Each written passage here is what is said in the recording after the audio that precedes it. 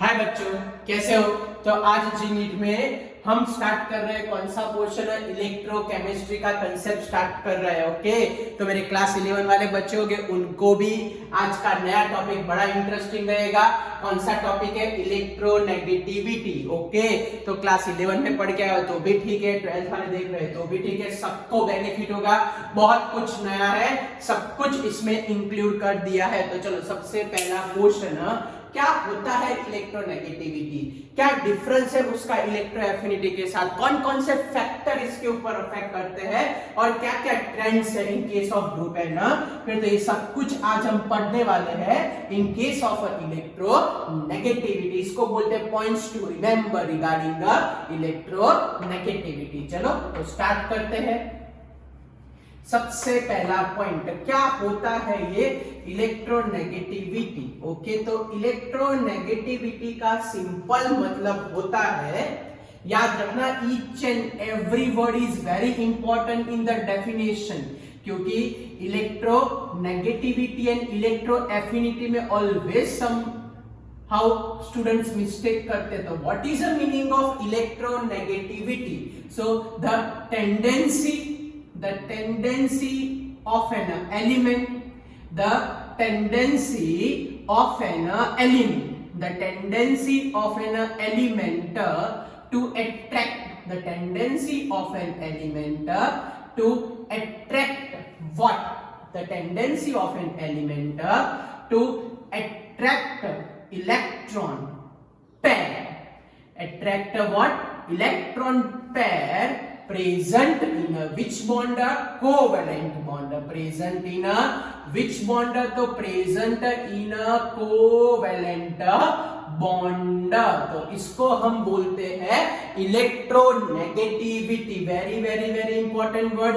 It is a relative term, it is not a absolute term, इसलिए ये relative term है। And due to that reason electronegativity having a no unit, it is a relative term. जैसे ionization enthalpy जैसा electron volt per atom, kilo joule per mole, वैसे कोई unit इसमें नहीं आएंगे। Reason it is a totally relative term है, इसलिए इसका कोई यूनिट नहीं होता। ओके, जैसे कि हम सिंपल सी बात करें, हाइड्रोजन एंड क्लोरीन की बात करें, तो क्लोरीन के न्यूक्लियस में ज्यादा प्रोटॉन है, तो ये क्लोरीन इलेक्ट्रॉन पेयर अपनी ओर अट्रैक्ट करेगा, यहां बनेगा पार्शियल नेगेटिव चार्ज, यहां बनेगा पार्शियल पॉजिटिव चार्ज। ओके, तो हम ऐसा बोल सकते हैं, रिलेटिव टर्म में बोल सकते हैं कि भाई chlorine is a more electronegative, chlorine is a what?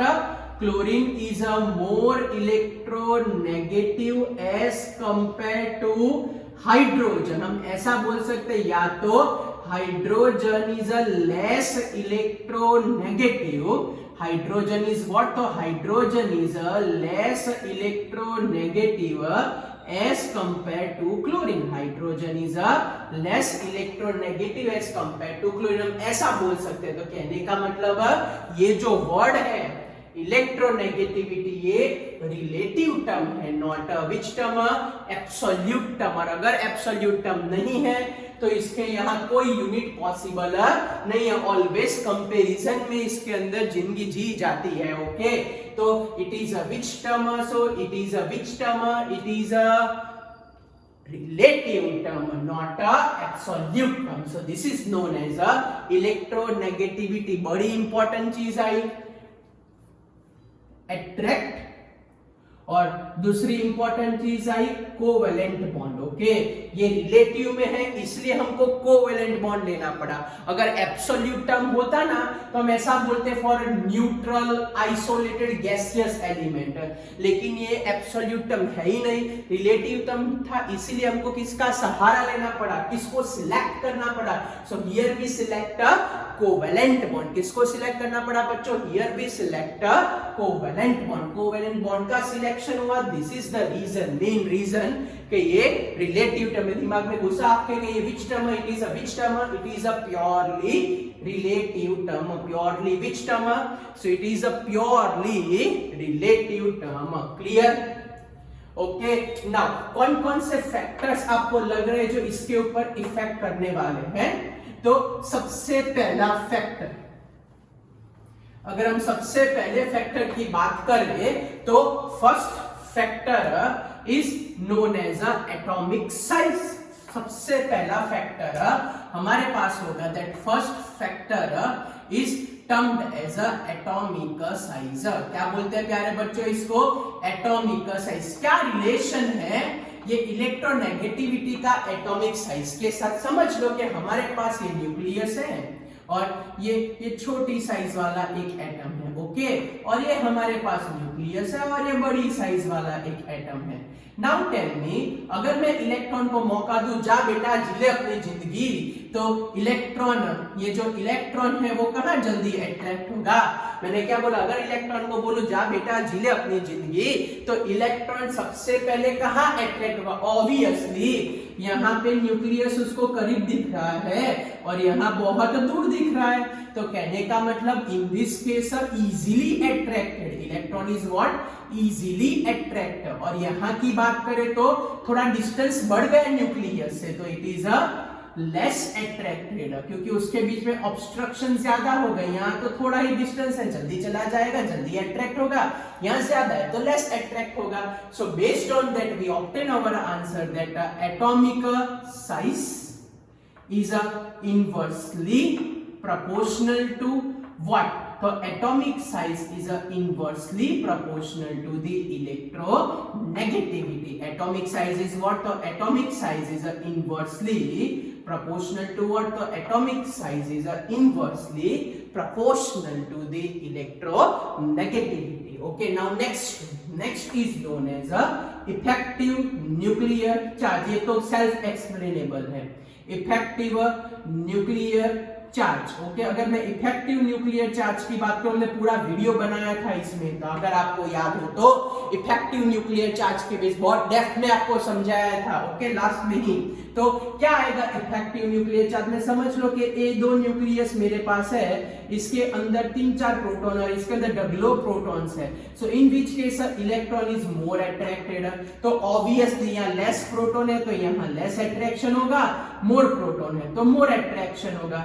सो कहने का मतलब है कि भाई effective nuclear charge is directly proportional to what? Electronegativity. More the effective nuclear charge, more the effective nuclear charge. That means easily attracted. Now third parameter is a charge on an ion. या तो पहले लेते हैं charge on a cation. ये तो भी आपको समझाया था, बड़ी अच्छी तरीके से समझाया था कि भाई क्या इसमें समझाया था, आपको याद है? मैं याद कराऊं कि भाई मोर पॉजिटिव चार्ज, ये लिखाया था आपको कि भाई more positive charge means more effective nuclear charge, क्योंकि प्रोटॉन कंपैरेटिवली ज्यादा होते हैं। More effective which charge? Nuclear charge. चलो एक एग्जांपल से समझाता हूं, याद करो, आपको याद कराया था कि अगर मैं एग्जांपल लूं Fe+2 एंड Fe+3 का एग्जांपल लेते हैं, इसका एटॉमिक नंबर 26, दोनों में 26 प्रोटॉन तो है, ओके। अब +2 का मतलब 2 इलेक्ट्रॉन चले गए, 24 इलेक्ट्रॉन, +3 का मतलब 3 इलेक्ट्रॉन चले गए, 23 इलेक्ट्रॉन। बोलो किसमें रिलेटिवली प्रोटॉन ज्यादा है? obviously Fe+3 में। So in this case more effective nuclear charge, तो electronegativity of Fe+3 is more as compared to electronegativity of Fe+2। ये रहा ना इफेक्टिव न्यूक्लियर चार्ज से डायरेक्ट प्रोपोर्शन है। तो ऑलवेज रिमेंबर कि charge on cation, charge on a cation is directly proportional to what? Electronegativity. Charge on a cation, क्या बोला मैंने? Charge on a cation is directly proportional to what? Electronegativity. Charge on a cation, क्या बोला मैंने? Charge on a cation is directly proportional to what? Electronegativity. Charge on a cation is directly proportional to the electronegativity. चलो next के ऊपर जाते हैं, that is our charge on anion की बात करते हैं, ओके बच्चों। चलो तो ऑब्वियसली इससे उल्टा ही सोचना है। ऑब्वियसली होगा, इससे हमको एग्जैक्ट ऑपोजिट ही सोचना है। अगर हम बात करते हैं चार्ज ऑन एन आयन की बात करते हैं, ओके, एग्जैक्ट ऑपोजिट ही सोचना है। अगर एन आयन की चार्ज की बात करें तो ये भी आपको समझाया था, कैसे समझाया था, याद आया कुछ? चलो, चार्ज ऑन एन आयन में एग्जांपल लेता हूं, ऑक्सीजन O-1 O-2, ओके। चलो, तो कैसे समझा, इसमें ऑक्सीजन में 8 प्रोटॉन, सब में 8 प्रोटॉन, सब में 8 प्रोटॉन। अब बच्चों अगर मैं यहां देखने जाऊं तो यहाँ 8 इलेक्ट्रॉन, यहाँ 9 इलेक्ट्रॉन, यहाँ 10 इलेक्ट्रॉन, तो ऑब्वियसली जितने इलेक्ट्रॉन ज्यादा होगा, बोला था कि भाई electron electron repulsive force increase हो जाएगा, and as electron electron repulsive force is increase, that means या तो आगे से ऑपोजिट सोचो, that means electronegativity is decreases. जितना रिपल्सिव फोर्स ज्यादा होगा उतना अट्रैक्टिव फोर्स उसका कम होता जाएगा, क्योंकि ऑलरेडी इलेक्ट्रॉन है तो थोड़ी ना इलेक्ट्रॉन वो अट्रैक्ट करने वाला है। तो क्या लिखे कि भाई charge on an ion, charge on an ion is inversely proportional to the electronegativity, okay. अब जो पांचवा फैक्टर है, मे बी क्लास 11 वाले बच्चे जो देख रहे हैं उनको ना आए, क्लास 12 वाले तो फैमिलियर है, तो भी उन लोगों ने क्लास 10 में पढ़ा ही होगा मेरे ख्याल से। वो नहीं, hybridisation, sp2 hybridisation, sp3 hybridisation, sp सुना है ना ये हाइब्रिडाइजेशन वर्ड? कौन कौन से हाइब्रिडाइजेशन होते हैं? बहुत सारे होते हैं, हम लोग केमिकल बॉन्डिंग में भी पढ़ने वाले हैं, लेकिन तो भी ऐसे डबलो हाइब्रिडाइजेशन होता है। अभी जो मेन 3 जो फेमस है उसी की हम यहाँ पे बातचीत करने वाले हैं, that is a concept related to what? तो concept related to hybridization, okay. Concept related to what? तो concept related to hybridization, concept related to what? तो concept related to hybridization। तो मेन हमारे पास बच्चों 3 हाइब्रिडाइजेशन है, एक sp हाइब्रिडाइजेशन, एक sp2 hybridisation, एक sp3 हाइब्रिडाइजेशन। ऐसा बोलते हैं कि भाई मोर s orbital character means more s character means it is a directly proportional to the electronegativity।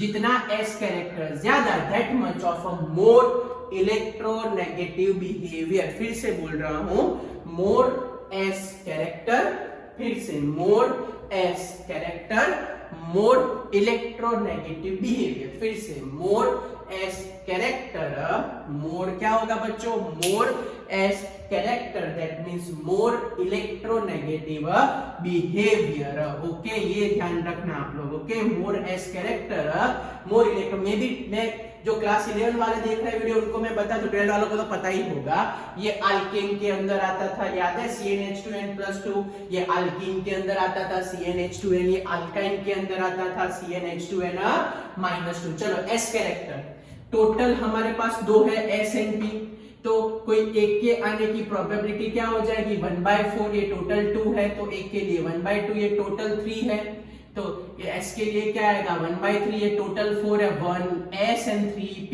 तो टोटल 4 हुए, तो ये 1/4। फिर से बोलो 1/2 कैसे आया? टोटल 2 कंपोनेंट है, तो एक कंपोनेंट की प्रोबेबिलिटी क्या होगी? 1/2। इसमें टोटल 3 कंपोनेंट है, तो s का एक ही कंपोनेंट है, तो 1/3। यहाँ 4 कंपोनेंट है, तो s के लिए 1/4। तो अगर मैं परसेंटेज निकालने जाऊं तो ये 50% हो गए, ये हमारे पास 33.33% हो गए, और ये हमारे पास 25% हो गए। अब बोलो which one is a most electronegative? तो ऑब्वियसली sp हाइब्रिडाइजेशन वाले more electronegative as compare to sp2, as compare to sp3, क्योंकि more s character, more electronegative behaviour. क्या बोला मैंने? More s character means more electronegative behaviour. Last time more क्या होगा बच्चों? तो more s character means more electronegative behaviour. Last time repeat कर रहा हूं, मोर व्हाट? तो more s character, more electronegative behaviour. चलो क्लियर? कोई डाउट?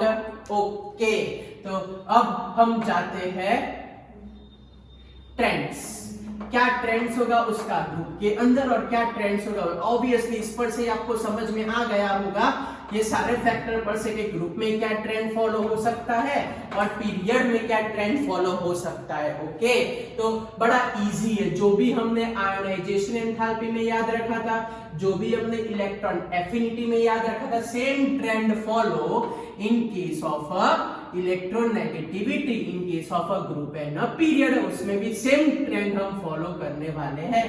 तो मैं डायग्राम ही ड्रॉ कर देता हूं तो वो सेल्फ एक्सप्लेनेबल हो जाएगा।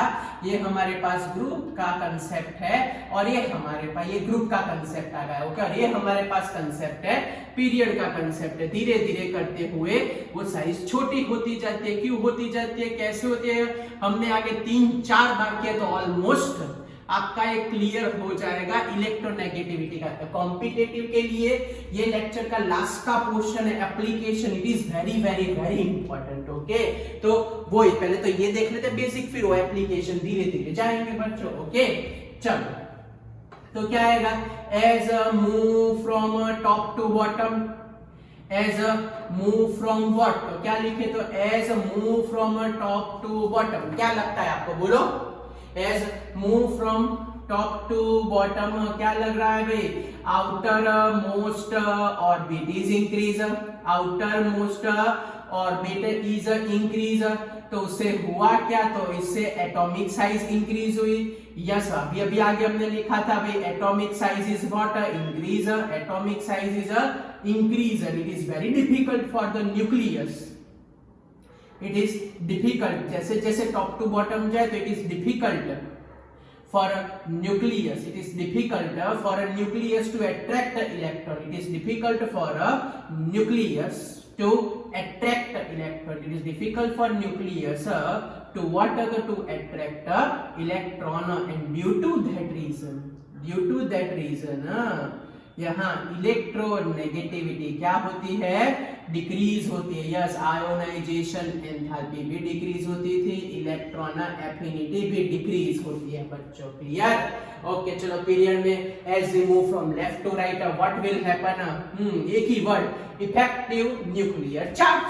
Yes, as a move from what, तो as a move from left to right हम क्या लिख सकते हैं, तो as move from left to right what will happen, so yes, electrons are enter into the same outermost orbital, electrons are enter into the what, तो electrons are enter into the, क्या लिखे, तो electrons are enter into the same outermost orbital, electrons are enter into the same outermost orbital, उससे होगा क्या, if they are enter into the same outermost orbital, उससे होगा क्या बच्चों, बोलो जल्दी, effective nuclear charges increases।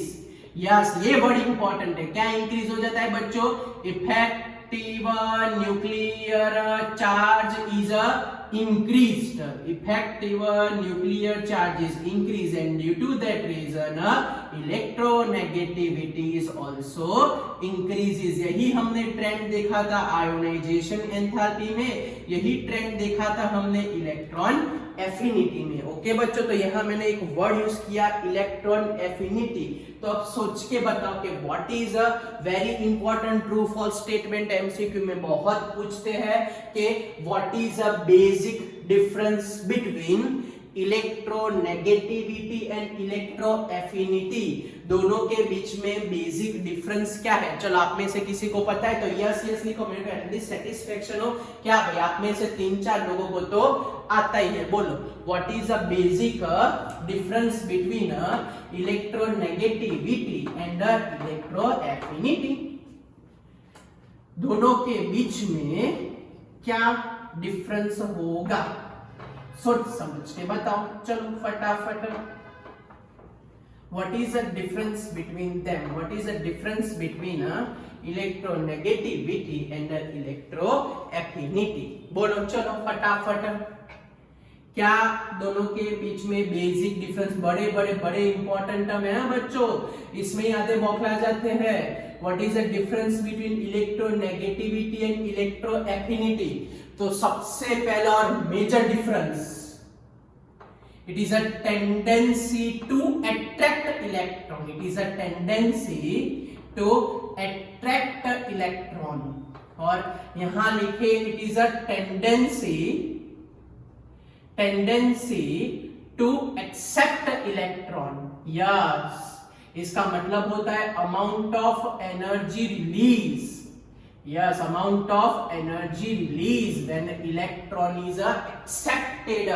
ये वर्ड इंपॉर्टेंट है बच्चों. अगर कोई चीज आपको अट्रैक्ट कर रही हो तो ठीक है, लेकिन वो अगर आपको एक्सेप्ट ही ना करे तो वो काम की ही नहीं है. जैसे मैं बात करूं तो लास्ट लेक्चर में कह रहा था, अगर फ्लोरीन की बात करें तो फ्लोरीन की अट्रैक्ट करने की टेंडेंसी दुनिया में किसी से भी ज्यादा है, लेकिन फ्लोरीन की साइज ही इतनी छोटी है कि वो किसी को एक्सेप्ट ही ना कर पाए. कहने का मतलब फ्लोरीन आपके बॉयफ्रेंड गर्लफ्रेंड जैसा होगा और क्लोरीन आपको परमानेंट अपने घर पे जगह दे वैसा होगा. तो मेरे कहने का मतलब है, कोई पूछे कि मोस्ट इलेक्ट्रोनेगेटिव एलिमेंट कौन, तो फ्लोरीन से मोस्ट इलेक्ट्रोनेगेटिव दुनिया में कोई नहीं है. या किसी को भी अट्रैक्ट कर सकता है इलेक्ट्रॉन रिलेटेड, लेकिन मोस्ट इलेक्ट्रॉन एफिनिटी कोई पूछे तो क्लोरीन होती है most electron affinity. Reason, chlorine की अट्रैक्ट करने की भी टेंडेंसी जोरदार है और क्लोरीन की एक्सेप्ट करने की भी टेंडेंसी जोरदार है. तो फ्यूचर में ऐसे ही कैरेक्टर सिलेक्ट करना जो आपको सिर्फ अट्रैक्ट ना करे, आपको एक्सेप्ट भी करे, तभी जाके सक्सेसफुल बनेगा आप लोग. ओके, ट्रैक चेंज मत करना, वापस आ जाओ. यस, इलेक्ट्रोनेगेटिविटी बात करें so it is a relative term. It is a which term? It is a relative term. इसकी बात करें तो it is a absolute term. हर एक इंडिविजुअल एलिमेंट के हम वैल्यू फाइंड कर सकते हैं. It is a absolute term. It is a which term? It is a absolute term. चलो फिर नेक्स्ट पॉइंट देखने जाए. हैविंग अ नो यूनिट, इसका कोई यूनिट नहीं होता.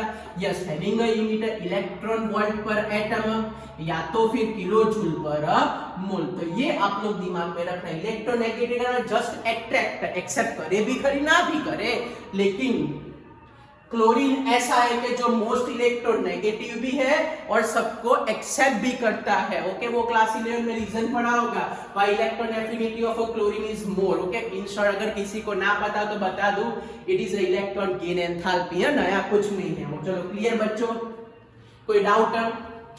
कुछ पूछना है? बेसिक डिफरेंस अपने दिमाग में रखना है, एमसीक्यू में बहुत पूछते हैं. ओके, चलो नेक्स्ट वन. अब हमको याद रखनी है वैल्यूज ऑफ इलेक्ट्रोनेगेटिविटी. आप बोले सर वैल्यू कहां से आई? आप ऐसा बोलोगे कि सर वैल्यू कहां से आई? बच्चों it is a relative values. और पॉलिश तो आगे आ गया. वही भाई ने एक स्केल दिया था जिसको बोलते हैं Pauling scale. Okay, polling scale for the electronegativity. O yes, ये स्केल आपको दिमाग में रखना है. Okay, polling scale for the what? So polling scale for the electronegativity. Okay, तो क्या स्केल है? तो उसके स्केल में जो मेजर वैल्यू थी वो इतनी थी, हाईएस्ट वैल्यू 4. फ्लोरीन के रिलेटिव में सबकी वैल्यू फाइंड की थी. उसके बाद हमारे पास वैल्यू आती है 3.5, फिर हमारे पास वैल्यू आती है 3, फिर हमारे पास वैल्यू आती है 2.8, फिर हमारे पास वैल्यू आती है 2.5 और लास्ट वैल्यू है 2.8. तो इतनी वैल्यूज है दैट वी रिमेंबर. आगे हम जब न्यूमेरिकल करेंगे तब भी हमको हेल्पफुल रहेगी ये सब की सब वैल्यू. ओके, जिसकी सेम वैल्यू होगी उसको सेम बॉक्स में रखेंगे, अलग वैल्यू होगी उसको अलग बॉक्स में रखेंगे. ओके, तो सबसे हाईएस्ट वैल्यू फ्लोरीन.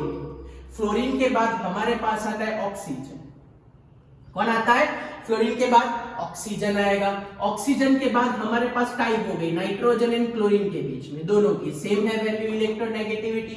फिर ब्रोमीन आ गया, फिर यहां पे हमारे पास ICS आ गया, I, फिर C और फिर सल्फर. इन तीनों की सेम होती है. और सबसे लास्ट में हमारे पास आ गया फास्फोरस एंड हाइड्रोजन. ओके, इन दोनों की value. So this is a Pauling scale.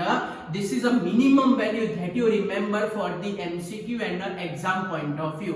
Okay, yes, it is a relative value. Relative with the lowest value या तो रिलेटिव विद द हमने हाईएस्ट वैल्यू रिलेटेड याद रखा. Fluorine related lowest value lithium की ले सकते हो, 0 से भी कंसीडर कर सकते हो. ओके बच्चों, दूसरी चीज याद रखना, जो प्योर मेटल्स होते हैं, प्योर मेटल्स जो प्योर मेटल्स होते हैं, वो प्योर मेटल्स के लिए इलेक्ट्रोनेगेटिविटी की वैल्यू ऑलमोस्ट 0 टू 1 के बीच में, या तो लेस देन 1 भी बोल सकते हो, ऑलमोस्ट समझो कि 0 के आसपास रखनी है हमको। जो प्योर मेटल्स होती है, मोस्ट रिएक्टिव मेटल्स होती है, उनकी इलेक्ट्रोनेगेटिविटी या तो 1 से लेस या तो ऑलमोस्ट 0 के आसपास रहती है। ओके, वो याद रखना थोड़ा बहुत। जो प्योर, वो लीना काकी वाले फर्स्ट ग्रुप वाले, फिर सेकंड ग्रुप वाले की उसकी 0.2 0.5 एग्जैक्ट, तो आप लोग देख लेना कौन सी है, लेकिन ये जस्ट आपके नॉलेज के लिए अपने दिमाग में ऐड कर दो कि अगर प्योर मेटल्स होगी तो इनकी वैल्यू अप्रोक्सीमेट 0 के आसपास होगी। ओके, अब now next very important thing के how we calculate this electronegativity. Sir आपने वैल्यूज तो याद रखा ली, अब कैलकुलेशन कैसे करने का देखते हैं। चलो, तो दो स्केल है। सबसे पहले स्केल को बोलते हैं Pauling scale. Pauling scale to determine electronegativity. What is a Pauling scale to determine this electronegativity? तो डिफरेंस इन चाहे बोलो, जो भी बोलो, it is a difference in electronegativity is equals to 0.208 EAB minus under root of EAA into EAB EBB। तो आपको लगे ये सब EBB ये सब क्या लिखा, तो this XA and XB is nothing but the difference in electronegativity. क्या बोलते हैं इसको? Difference in electronegativity between A and B। It is a what? Difference between electronegativity of what? A and B। Okay, ये हो गया हमारे पास XA and XB। चलो मैं एक बार कैमरे में देख लेता हूं कि वो सब कुछ दिखता है ना। Okay, yes, everything is visible. अब what do you mean by EAB? This EAB is known as a bond energy। Bond तोड़ने में जो एनर्जी चाहिए वो bond energy of AB। What do you mean by EAA and EAB? ये भी पता चल गया आपको। It is a bond energy of AA and BB। Yes, it is a bond energy value। Always remember, ये जो कैलकुलेशन है उसमें बॉन्ड एनर्जी ऑलवेज आपको रखनी है किलो कैलोरी पर मोल में। किसमें वैल्यू रखनी है प्यारे बच्चों? आपको यहाँ पे वैल्यू कंपलसरी रखनी है किलो कैलोरी पर मोल में। किसमें वैल्यू कंपलसरी रखनी है? यहाँ हमको कंपलसरी वैल्यूज रखनी है बच्चों किलो कैलोरी पर मोल में। कंपलसरी किसमें वैल्यूज रखनी है? तो कंपलसरी हमको वैल्यूज रखनी है किलो कैलोरी पर मोल में। समझ लो, जूल में आ जाए तो आप लोग कन्वर्ट कर सकते हो ना। 1 calorie is equals to 4.182 joule या तो 184 जूल, तो आराम से कन्वर्ट कर सकते हो। और अगर ना करना हो तो इसको कन्वर्ट कर देते हैं। आपके लिए तो सब कुछ अवेलेबल है हमारे पास convenience. XA minus XB is यहाँ जो हमने जो लिखा है 0.208 उसकी जगह लिखना 0.1017, बस उतना चेंज करना तो वैल्यू किलो जूल में आ जाएगी। यूनिट इज वेरी इंपॉर्टेंट है, वो ध्यान रखना। विदाउट यूनिट मैं पुछड़ी बोलता हूँ, पुछड़ी के बिना सर्वाइव नहीं कर पाते, सपोर्ट ही नहीं मिलता, सीधा उड़ी जाते हो। ओके, यस, तो ये इसका जो आंसर आएगा वो हमारे पास किलो जूल पर मोल में रखना। चलो बस आपका ये सॉल्यूशन ला दिया।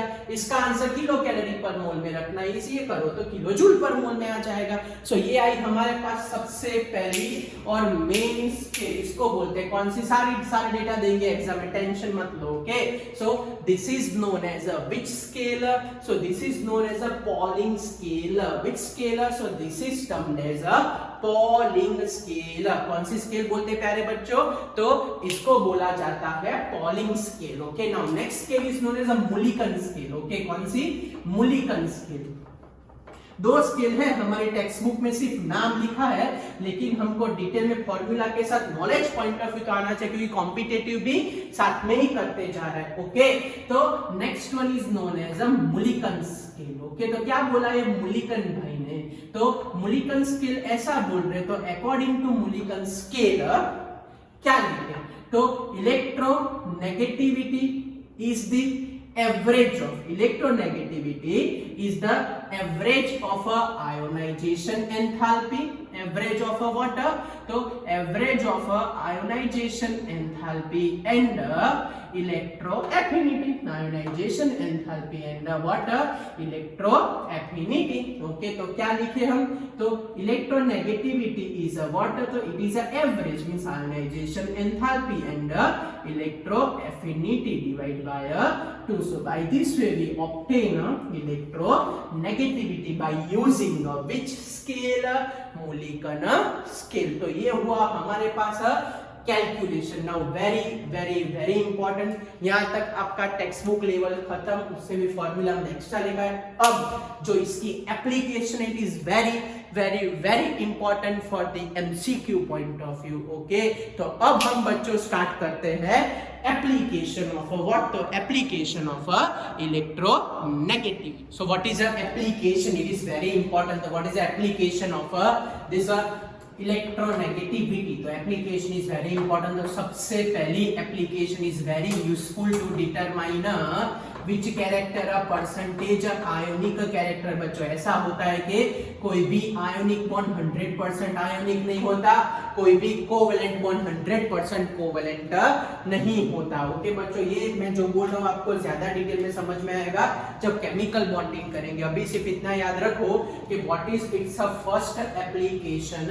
तो एप्लीकेशन नंबर 1, तो सबसे पहली एप्लीकेशन हम यहाँ डिसाइड कर सकते हैं परसेंटेज आयोनिक कैरेक्टर. क्या बच्चों, percentage ionic character in which bond, in covalent bond. Okay, percentage ionic character of a covalent bond is easily determined. जैसे आपको कोई बोले कि what is the percentage ionic character of HF, what is the percentage ionic character of HCl, what is the percentage ionic character of HBr, what is the percentage ionic character of ICl, what is the percentage ionic character of a BRF. तो how to calculate, तो percentage ionic character क्या लिखे, percentage ionic character का formula है 16 into delta x plus 3.9 into delta x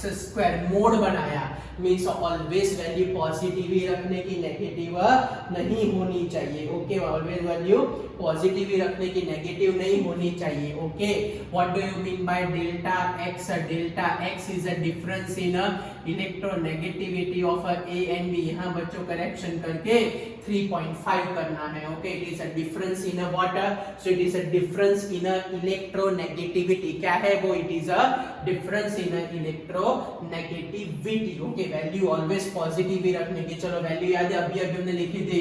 किसी की 4 value थी, किसी की 3.5 वैल्यू थी, किसी की 3 वैल्यू थी, किसी की 2.8 वैल्यू थी, किसी की 2.5 वैल्यू थी, किसी की 2.1 वैल्यू थी. याद आया? ये अभी अभी तो हमने लिखा था. चलो बोलो तो सबसे हाईएस्ट किसकी? फ्लोरीन. उसके बाद किसकी? ऑक्सीजन की. उसके बाद नाइट्रोजन एंड क्लोरीन की सेम थी. फिर क्या था? ब्रोमीन. फिर यहाँ पे कौन खड़ा था? आयोडीन. सॉरी यहाँ पे क्लोरीन था. ओके यहाँ पे आयोडीन, कार्बन एंड सल्फर था. यहाँ पे कौन था? फास्फोरस एंड हाइड्रोजन था. चलो तो स्टार्ट करते हैं. कैसे कैलकुलेट करें? तो सबसे पहले हमको डेल्टा एक्स कैलकुलेट कर देना है. डेल्टा एक्स की वैल्यू क्या आएगी? चलो हाइड्रोजन एंड फ्लोरीन. हाइड्रोजन की 2.1 वैल्यू, फ्लोरीन की यस, तो ये हमारे पास आया 1.9 आया. चलो एच से सबके लिए पहले डेल्टा एक्स ढूंढ लेते हैं. यस Cl के लिए क्या है हमारे पास? Cl के लिए 3 - 2.1, तो ये हमारे पास आंसर आया 0.9 आंसर आया. चलो ब्रोमीन. ब्रोमीन के लिए क्या वैल्यू है? डेल्टा एक्स ढूंढने जाए तो 2.8 - 2.1, तो हमारे पास क्या आंसर आया बच्चों? 0.7. चलो डेल्टा एक्स क्लोरीन के लिए क्या है हमारे पास? 3. आयोडीन के लिए क्या वैल्यू है? 2.5, तो क्या आंसर आया हमारे पास? 0.5 आंसर आया. चलो फिर नेक्स्ट ब्रोमीन के लिए क्या है? ब्रोमीन के लिए हमारे पास 2.8 है. फ्लोरीन के लिए क्या है हमारे पास? 4. तो पहले बड़ी वैल्यू लेते हैं 4 - 2.8, तो हमारे पास क्या आंसर आया? 1.2 आंसर आया. चलो वैल्यू पर्टिकुलरली प्लेस कर देते हैं और देखते हैं फिर हमारे पास क्या आएगा. तो परसेंटेज आयोनिक कैरेक्टर, तो 16 इंटू क्या होगा? 1.9 प्लस क्या होगा? 3.5 इंटू डेल्टा एक्स 1.9 स्क्वायर. चलो फटाफट कैलकुलेट करो और कमेंट में लिखो. चलो स्पीड रखो.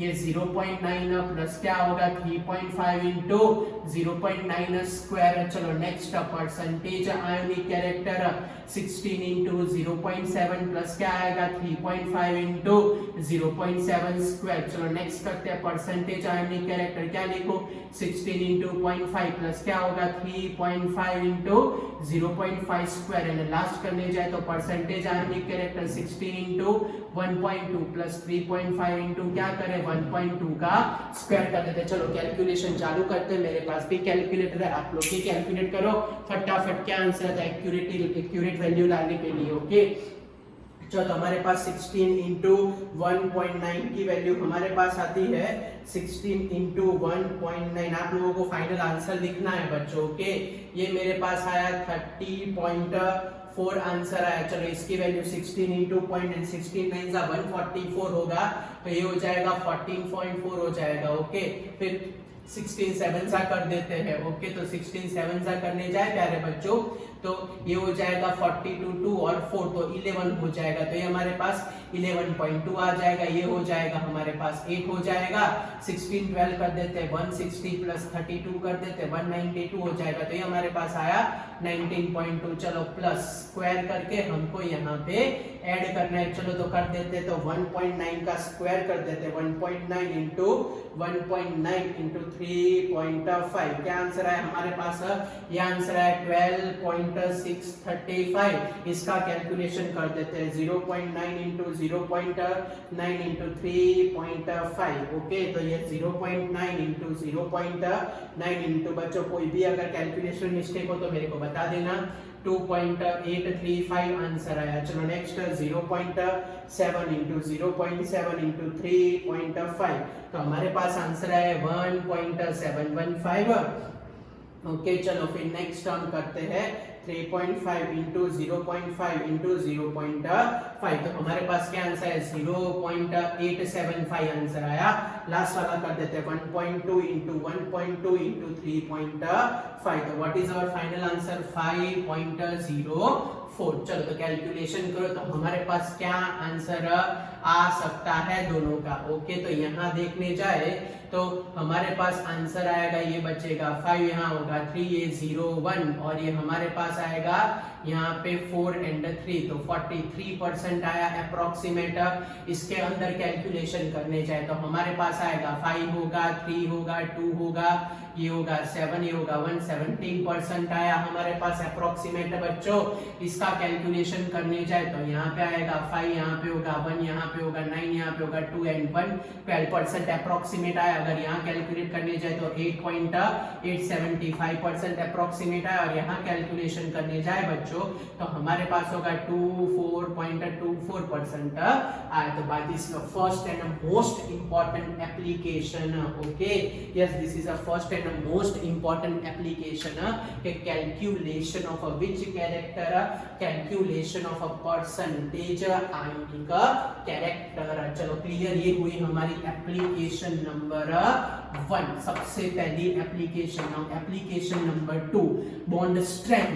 yes bond strength is also determined okay bond strength is also determined by using this electronegativity बच्चों। okay yes application number 2 क्या डिसाइड कर सकते हैं तो application number 2 we determine a bond strength. क्या डिसाइड कर सकते हैं प्यारे बच्चों bond strength. Yes it is directly proportional to the difference in electronegativity. जैसे मैं आपको पूछूं कि भाई HF HCl HBr and HI बोलो इसके अंदर देखने जाए तो which one is a most stronger bond. Okay तो कुछ नहीं डिफरेंस निकाल दो। ये तो 2.1 हाइड्रोजन तो फिक्स है जिसकी इलेक्ट्रोनेगेटिविटी ज्यादा होगी वो सबसे ज्यादा स्ट्रॉन्ग होगा उसमें डिफरेंस सबसे हाईएस्ट होगा।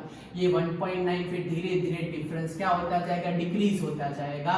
सो HF bond is a stronger bond. Okay HF bond is a which bond stronger bond strength is a high. Okay yes it is a which type of a bond stronger bond हो जाएगा। Okay yes चलो clear हुआ प्यारे बच्चों। Okay next application application number yes, application number 3 क्या decide कर सकते हैं इस पर से? तो very easy concept, metallic and non metallic character is also determine. Okay, क्या डिसाइड हो सकता है प्यारे बच्चों? Metallic and non metallic character is determine. How we determine? तो if you observe that electronegativity value is a high, उसका मतलब easily attract electron, जो इजीली इलेक्ट्रॉन अट्रैक्ट करता है, that means it is behave as a non metal. Yes, it is behave as a what? Non metal. Okay, और जिसके लिए electronegativity की value क्या होगी बच्चों? लो होगी। वो क्या होगा कि भाई लो होगी, वो नॉट अट्रैक्ट इलेक्ट्रॉन, उसकी टेंडेंसी क्या होगी? उनकी टेंडेंसी होगी इलेक्ट्रॉन डोनेट करने की, not attract electron, so they are behave as what? Metal. तो याद रखना, higher the electronegativity most stronger non metal character and lowest the value of electronegativity most metallic character. Generally मैंने आगे भी आपको बोला, मेटल के लिए इलेक्ट्रोनेगेटिविटी 0 एंड 1 के बीच में most of the less than 1 ही होती है, और प्योरेस्ट मेटल हो तो ऑलमोस्ट 0 रहते हैं उसके अंदर। चलो क्लियर? प्योरेस्ट मेटल का मतलब वो एक्सट्रैक्शन वाला प्योर नहीं है, अल्कलीन अल्कलाइन अर्थ मेटल की मैं बच्चों बात कर रहा हूँ। ओके, चलो क्लियर? कुछ पूछना है आपको यहाँ तक? Okay, now most fourth important application. What is the fourth important application of this electronegativity? तो fourth important application of electronegativity is nomenclature. है? आधे बोले nomenclature? सर कैसे nomenclature कैसे हो सकता है सर? nomenclature में कहा? हमने तो कभी देखा ही नहीं। तो देखो, आज पहली बार देखोगे ना, तो हाँ, कभी देखा नहीं तो देखो, बोलो चलो HCl HF, फिर मैं यहाँ पे लिखूं कि भाई PCl5, फिर मैं यहाँ पे लिखूं IF3, तो क्या आएगा बोलो? IF3। या तो चलो मैं समझ लो कि यहाँ पे लिख रहा हूँ NO2, तो इन सब का नाम क्या होगा? आधे को पता ही होगा, इसको हम बोलते हैं हाइड्रोजन क्लोराइड। इसको हम क्या बोलते हैं? Hydrogen fluoride. ओके, इसको हम क्या बोलते हैं? Phosphorus pentachloride. Phosphorus pentachloride. इसको हम क्या बोले? Nitrogen dioxide. नाइट्रोजन क्या बोले? डाइऑक्साइड। समझ लो कि मेरे पास IF है, तो इसको बोलते हैं आयोडोफ्लोराइड। तो आपके दिमाग में कभी क्वेश्चन नहीं हुआ बच्चों? ये बच्चों नॉन मेटालिक कंपाउंड्स की बात है। हाँ, तो ऐसा कभी क्वेश्चन नहीं होता इसको क्लोरोहाइड्राइड क्यों नहीं बोलते, इसको फ्लोरोहाइड्राइड क्यों नहीं बोलते, इसको पेंटाक्लोरोफॉस्फाइड क्यों नहीं बोलते, इसको डाइऑक्सो नाइट्राइड क्यों नहीं बोलते, इसको फ्लोरोआयोडाइड क्यों नहीं बोलते? क्यों ऐसा बच्चों? उल्टा क्यों नहीं बोल सकते? उसका कोई रीजन? यस, रीजन है। जो भी मोर इलेक्ट्रोनेगेटिव एलिमेंट होता है उसके पीछे आइड सफिक्स लगता है। ओके, जो भी मोर इलेक्ट्रोनेगेटिव एलिमेंट होता है उसके पीछे कौन सा सफिक्स लगता है? आइड सफिक्स लगता है। कौन सा? आइड। देखो, क्लोरीनिज्म मोर इलेक्ट्रोनेगेटिव तो आइड आया, फ्लोरीनिज्म मोर इलेक्ट्रोनेगेटिव तो आइड आया, क्लोरीनिज्म मोर इलेक्ट्रोनेगेटिव बाजू में लिखे वैल्यू उस पर से बता सकते हो। ऑक्सीजनिज्म मोर इलेक्ट्रोनेगेटिव तो आइड आया, iodine less electronegative, fluorine more electronegative तो आइड आया। तो इस तरीके से नॉन मेटालिक कंपाउंड्स में नोमेनक्लेचर पॉइंट ऑफ व्यू ये बड़ा इंपॉर्टेंट है। हाँ देखो, आज पता चला। हाँ सर, अभी आज जाके पता चला कि ऐसा भी कुछ होता है। Now last and very very important MCQ के एसिडिक एंड बेसिक प्रॉपर्टी, या तो acid and base is also determined. Yes, application number 5 के we easily determine acid and a base. Yes, acid and a base character is also determined. जैसे कि ये symbol लगा देते हैं X O and H। Now हम सबको पता है कि H प्लस जो डोनेट करे उसको हम बोलते हैं एसिड, और जो OH माइनस डोनेट करे उसको हम बोलते हैं बेस। जो H प्लस डोनेट करे उसको एसिड बोलते हैं, जो OH माइनस डोनेट करे वो बेस बोलते हैं। अब सिंपल सा तो मैं ऐसा आपको नॉर्मली सिखाऊंगा कि अगर X हमारे पास बच्चों मेटल हुआ तो ये कंपाउंड फिक्स है, बेस ही होगा, और अगर X हमारे पास नॉन मेटल हुआ तो ये फिक्स ही है कि वो हमारे पास एसिड ही होगा। या तो दूसरा, ऑक्सीजन का देखो कितना है हमारे पास 3.5, हाइड्रोजन का देखो कितना है 2.1, तो इसके बीच में इलेक्ट्रोनेगेटिविटी का कितना डिफरेंस आया? तो इसके बीच में बच्चों इलेक्ट्रोनेगेटिविटी का डिफरेंस आया 1.4। तो अगर आधे को पता ना हो कि सर मेटल नॉन मेटल तो हमको नहीं आता, ऐसा कोई बंदा आ जाए तो क्या करोगे? तो उनके लिए भी सॉल्यूशन है। समझ लो कि मेरे X एंड O, इसके लिए जो सिंबल होता है उसको मैं A बोल देता हूं, उसके लिए जो बच्चों सिंबल है उसको मैं क्या बोल देता हूं? A बोल देता हूं। अब सुनना आप लोग शांति से, if electronegativity of A is a greater than a 1.4, if electronegativity जो E की हमारे पास डिफरेंस से आती है, अगर वो किससे ग्रेटर हो, 1.4 से ग्रेटर हो जाए, तो ये जो गिवन कंपाउंड है उसको बेस बोलते हैं। And if you observe that electronegativity of A is less than 1.4, तो वहां पे आराम से H प्लस चला जाएगा and it is behave as a what? Acid. बौखला गए? ठहरो एग्जांपल लेते हैं, फिर से बोल देते फिक्स। अगर ये मेटल नॉन मेटल पता चले तो झमेले में ही नहीं पड़ने का। ये तो क्या कोई बोला हमको नहीं आता सर, तो करते हैं। अगर ये A की वैल्यू 1.4 से हाई हुई तो पूरा OH जाएगा, और अगर A की वैल्यू 1.4 से लेस हुई तो ओनली H जाएगा। चलो तो मैं एग्जांपल लेता हूं। Suppose we take the example of NaKOH का एग्जांपल है। चलो KOH का एग्जांपल लेते हैं हम। चलो तो क्या करेंगे KOH में, तो हमारे पास ये बॉन्डिंग वाइज लिख देते हैं KOH बराबर, तो ये तो हमारे पास 1.4 है। ओके, ये प्योर मेटल है। मैंने आपको बताया था प्योर मेटल के लिए इलेक्ट्रोनेगेटिविटी ऑलमोस्ट क्या होती है? 0 या तो 1 के बीच में होती है। तो चलो ऑक्सीजन के लिए ये मैं K और O का ही कैलकुलेशन कर रहा हूं। समझ लो कि मैं इसकी वैल्यू 0.2 लेता हूं अप्रॉक्सीमेट। ऑक्सीजन की वैल्यू कितनी है? 3.5। चलो डिफरेंस निकालो, तो क्या आया? 3.5 माइनस 0.2, क्या आंसर है? 3.3 आया। तो यहां मैं क्या लिख सकता हूं कि भाई electronegativity of A is a more than 1.4, तो KOH is behave as a what? Base. समझ में आया क्या बोला मैंने? कि मेटल है उसकी वैल्यू 0 to 1, चलो 1 ले लो बस। चलो खुश, 1 ले लो। देखो नहीं सर 1 लो, 1 ले लो तो भी वैल्यू तो क्या आती है? बड़ी रहती है ना, 2.5 रहती है, तो obviously it is more than this, तो आराम से OH माइनस चला जाएगा। चलो दूसरा एग्जांपल लेते हैं। Suppose we take the example of, बोलो किसका एग्जांपल लेना है? समझ लो कि मैं एग्जांपल लेता हूं फॉस्फोरिक एसिड का। आपके नॉलेज में P double bond OH OH and OH याद है ना? हाँ सर याद है। चलो तो P एंड O का कैलकुलेशन करो। P एंड O, फॉस्फोरस का हमने यहाँ लिखा है, कितना है फॉस्फोरस का? 2.1। ऑक्सीजन का कितना है हमारे पास? 3.5। कितना है बच्चों ऑक्सीजन का? बोलो ऑक्सीजन का कितना है? 3.5। बोलो डिफरेंस कितना आएगा? तो यहाँ डिफरेंस करने जाए तो लो बोलो 1.4 आ गया, एग्जैक्ट टू एग्जैक्ट आ गया। कहने का मतलब ये दोनों ऑलमोस्ट सेम हो गए, तो electronegativity of A is exact equals to 1.4।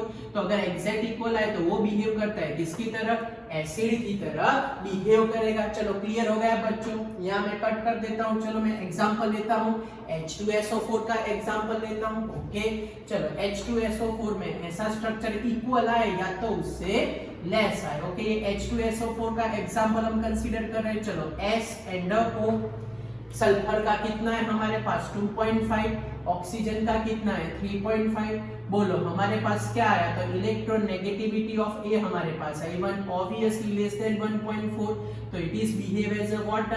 Acid. तो आराम से क्या डोनेट करेगा? H plus. तो it is also very helpful to determine, it is also very helpful to determine acid या तो बेस। ओके, मैंने दो मेथड सिखाई, अगर x की जगह मेटल हो तो बेस फिक्स्ड, नॉन मेटल हो तो एसिड फिक्स। लेकिन तो भी अगर ना पता हो तो by this way you determine acidic character है ना बेस। फिर से प्योर मेटल में ऑलमोस्ट 0 तो भी मैंने 1 लिया तो 2.5 आया, तो 2.5 इज मोर देन 1.4 तो वो बेस होगा, या 1.4 आया और यहाँ पे 1.4 से लेस आया, तो ये दोनों के दोनों कैसे बिहेव करते हैं बच्चों, एसिड की तरह बिहेव करते हैं। चलो क्लियर, कोई डाउट क्या है बच्चों, कुछ पूछना है? चलो तो एक क्वेश्चन मैं छोड़ के जा रहा हूं जो आपको करना है, it is a test yourself question. तो मेरे को पता चले कि आप लोग रियली में कैलकुलेट में देखता हूँ नीचे टेस्ट योर सेल्फ दिखता है कि नहीं, बनाते बहाने बताएंगे सर हमको वो तो नहीं दिखता।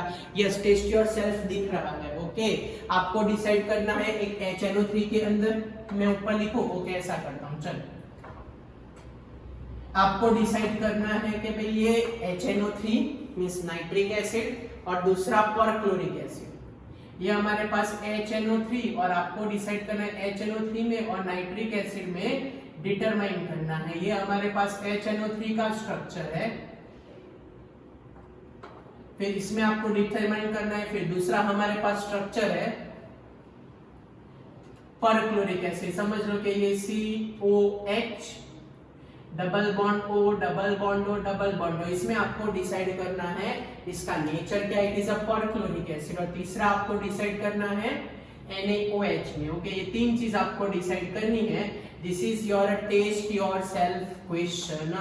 कौन सा question? Test yourself question. देखते हैं कितने मेथड से सॉल्व करते हैं। आपको मेथड कमेंट में लिखनी है ऐसे कैलकुलेट करके कि भाई इलेक्ट्रोनेगेटिव ग्रेटर देन 1.4 के लेस देन 1.4, तो मेरे को आइडिया आ जाएगा कि आपने एक्यूरेटली काम किया है प्यारे बच्चों। चलो clear, so this is all about the depth, very depth concept of a electronegative। सब कुछ आ गया, कुछ भी बाकी नहीं रखा, मेटालिक नॉन मेटालिक कैरेक्टर भी आ गया। ओके, या स्पीड से बोल, बड़े बड़े इंस्टीट्यूट में जाओगे वहां पे भी यही कंटेंट होगा जो मैं दे रहा हूँ यहाँ पे आप लोगों के, इसलिए बोल रहा हूँ कि सब कुछ नोट डाउन करते जाओ, कुछ भी रह ना चाहे। ओके, अगर कुछ रह जाए, आपको कुछ नया दिखे तो मेरे को बताना, हम इंप्रूव करेंगे। ओके बच्चों, so this all about the today session. चलो रिकॉल कर दो, पहले व्हाई वी नीडेड इलेक्ट्रोनेगेटिविटी, फिर फैक्टर देखे, फिर ट्रेंड्स देखा, ट्रेंड्स के बाद डिफरेंस देखा, इलेक्ट्रॉन एफिनिटी इलेक्ट्रोनेगेटिविटी का।